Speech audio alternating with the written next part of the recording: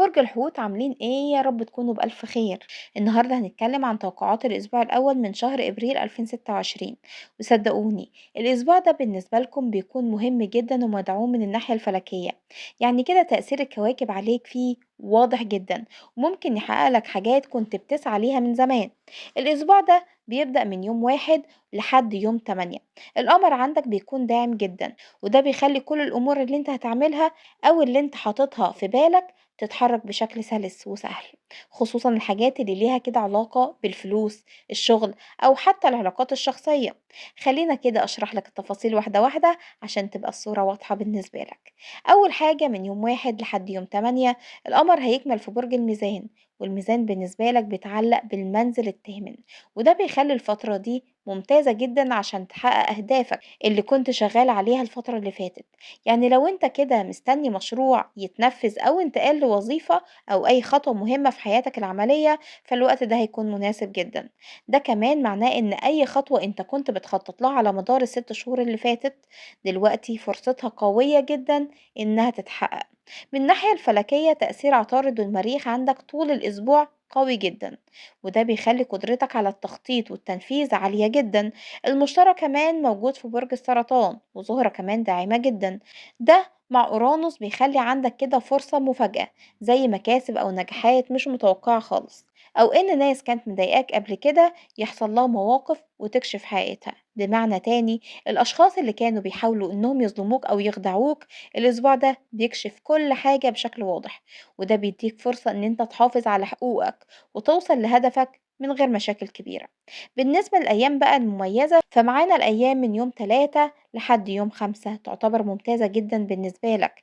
الأيام دي فيها طاقة عالية جدا لأي خطوات مهمة أو قرارات كبيرة عايز تاخدها.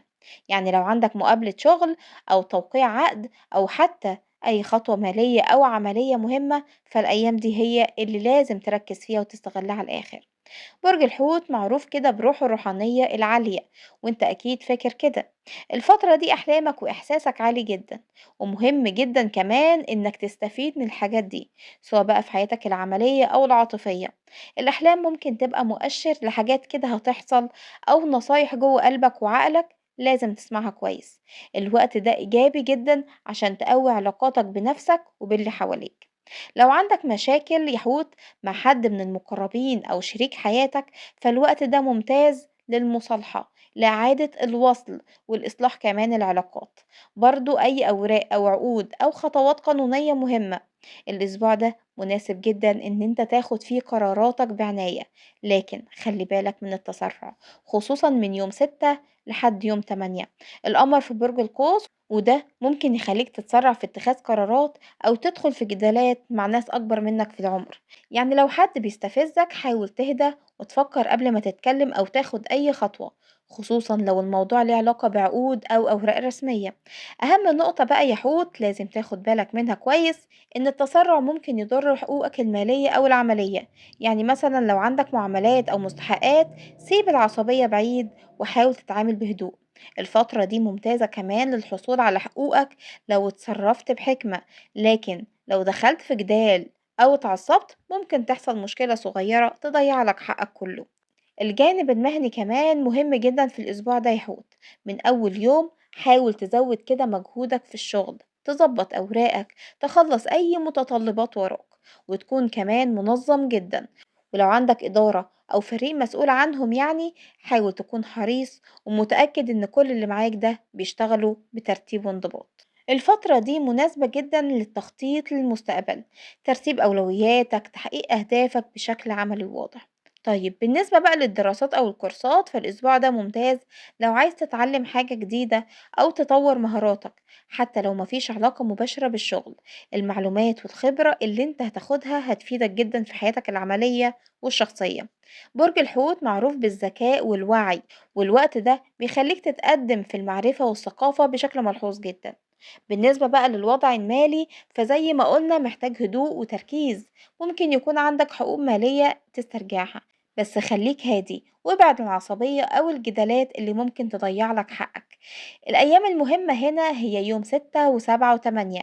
حاول تتعامل بحكمة وتركز على النقط المهمة بس. بالنسبة للعاطفة كمان ممتازة الأسبوع ده، خصوصا من يوم 1 لحد يوم 5. الوقت ده مناسب جدا للتقارب مع شريك حياتك، أو إصلاح العلاقات، أو إعادة الود كمان، أو حتى بدايات جديدة. أي خطوة حلوة في العلاقات هتكون مدعومة جدا، بس من يوم 6 لحد يوم 8. حاول تبعد عن أي تصرفات متسرعة أو مش محسوبة عاطفيا، لأن الوقت ده ممكن يكون فيه شوية توترات بسيطة، والتوافق مش مثالي زي قبل كده. خلاص توقعات هنا يا برج الحوت، الأسبوع الأول من إبريل 2026 داعم جدا ليك من كل النواحي، عملية بقى، مالية، عاطفية، حتى الروحانية. أهم حاجة تستفيد من الأيام القوية 3 و4 و5، وتكون حذر في الأيام اللي ممكن يكون فيها شوية تسرع أو جدال، وهي 6 و7 و8. نظم وقتك، ركز على أهدافك، استغل الدعم الفلكي لصالحك انت، وخلي حذرك حاضر خصوصا في العقود والحقوق المالية. استمتع بالأسبوع ده واستغل كل الفرص اللي هتجيلك، وصدقني هتحس بالفرق سواء بقى في شغلك، علاقاتك، أو حتى إحساسك الداخلي. ربنا يوفقك دايما ويخلي لك الطاقة الإيجابية معاك طول الأسبوع، وما تنساش تاخد الأمور بهدوء في أي موقف. وهنا نكون وصلنا مع بعض لنهاية حلقتنا وتوقعات برج الحوت الأسبوع الأول من شهر إبريل 2026. أتمنى لكم كل الخير والسعادة، وأشوفكم على خير مع برج جديد وتوقعات جديدة. وما تنسوش اللايك والشير والسبسكرايب في القناة وتفعيل زر الجرس عشان يوصلكم مني كل جديد بنزله. ودلوقتي هقولكم باي باي.